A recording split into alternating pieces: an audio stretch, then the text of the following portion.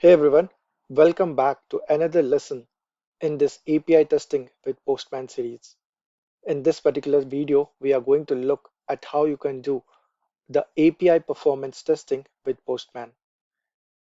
Now, Postman, like any other performance testing tool, can replicate user traffic, which means you can create or you can emulate different virtual users through which you can perform some load on your APIs, and then you can basically verify the API performance, whether it is meeting the requirements or not.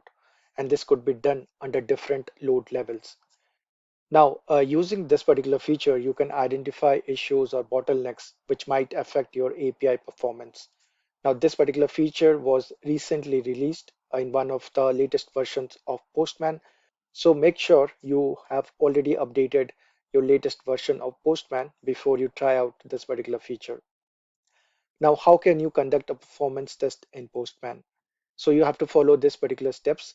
You have to create a collection with the desired requests, which are the API requests in Postman. And then in the collection runner, you need to set the duration of the test with the number of virtual users, which is basically your load. Then you can execute the requests through these virtual users. And what they will do, they will keep on repeating in a loop to simulate the real world load on your different API requests. Now, the users will have the option of either choosing a fixed number of virtual users, or you can gradually ramp up your virtual users using a data file with custom values as well. Now, we'll also look at a real-time example in Postman, but before that, let's also understand how these virtual users depend on your system resources. Okay, so whatever virtual users you are creating, they depend on your actual system resource. They are not running on cloud, they are running on your local machine. So the configuration your system has will basically determine how many virtual users you can define for your performance testing. So the maximum number of virtual users which can be simulated during a performance test is completely dependent on the resources of the system, and also it depends on the Postman plan. Okay. Now coming to your system resources, if you have got a 8 CPU core and 16 GB RAM, the maximum number of users which you can simulate is 250 virtual users. And if you are using a 16 CPU core and 32 GB RAM, then you can simulate 500 virtual users.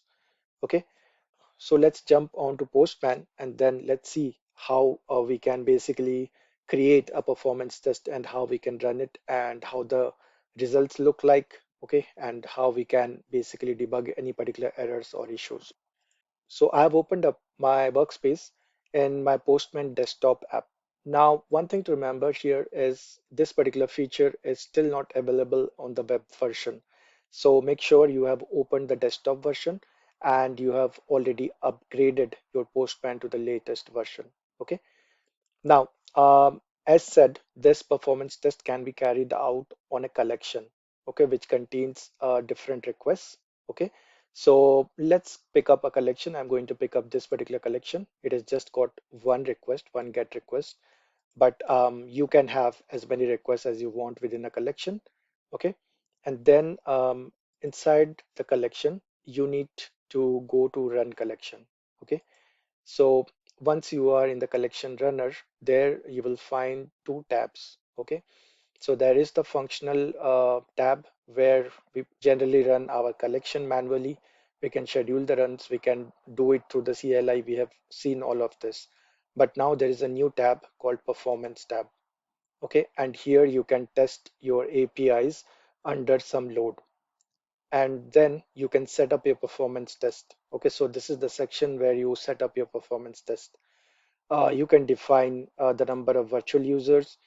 Then you can define the test duration. So during this duration, the number of virtual users will continue to send and receive the requests and responses for all the API requests in your collection. And that will be done in a loop until this duration is completed. Okay. So let's define some virtual users. I'm just going to go with 10 users. and then my test duration will be just 5 minutes.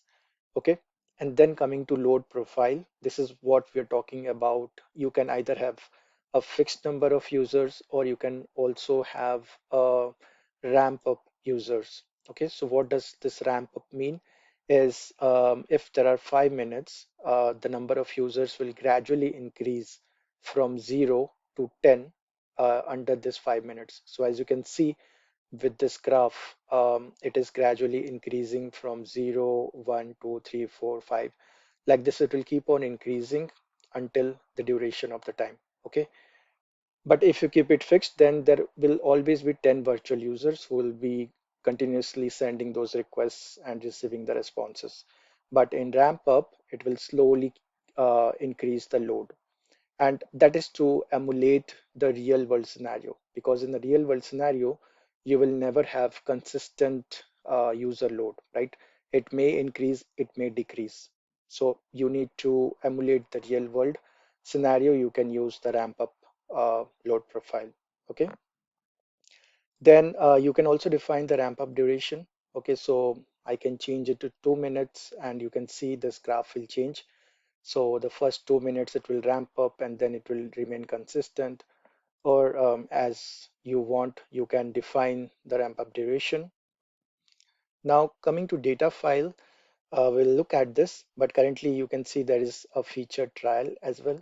Okay, which means this is a premium feature, but it is currently available with full access. Okay, we'll look at this later. I'm currently not using any data file for this particular API request. So this is my performance test. We have set it up. Now let's go ahead and run this. Okay. So it will start to prepare the run now for all the requests. And once it starts running a performance test, you can see the graphs here. Okay. So it is on X and Y axis, you can see. So it will show the requests per second, the average response, the error rate, and the virtual users. So there are different lines here you can see, and you can visualize how your performance test is loading up, and what's the average response, what are the requests per second it is sending. Then there is, if there is some errors, then it will show a graph here. Currently it is flat line, so probably there are no errors, right?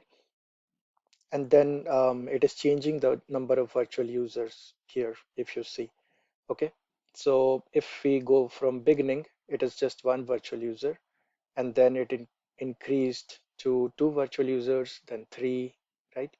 And then it will increase to four. Like that, it will keep on increasing if you have a varied user load in your performance test. If it is consistent, then it will remain consistent. Okay. So here you can also see how many requests are being sent. So around 200 requests have been already sent in this amount of time. And you can see the request per second is this 2.73. So these are the parameters through which you can actually test how your APIs are performing, right? There is also errors tab. So once this performance test is completed, you can see what errors have come up. So I will let it run, and we'll see once it's completed how the final the performance report looks like. So here you can see the run was completed, and this is the report which has been generated. Now we'll talk about how to visualize the report in the coming up videos, but you can also see, as I said, if there are any errors during the run, it will be shown here. And then you can filter by requests, you can filter by different parameters here. You can see average response, minimum response, or some other max response, and the graph will keep on changing, right? So there's a lot to visualize here if there are any performance issues, or how to basically look at what is the cause of the issue. So things like those can be visualized using different parameters. But this is how you can set up your performance test, and you can execute your performance test using a Postman collection. That's all for this particular video. If you have any questions, then please leave it in the comments. If you like this video, then please subscribe to our channel. Thanks for watching, and I will see you in the next video.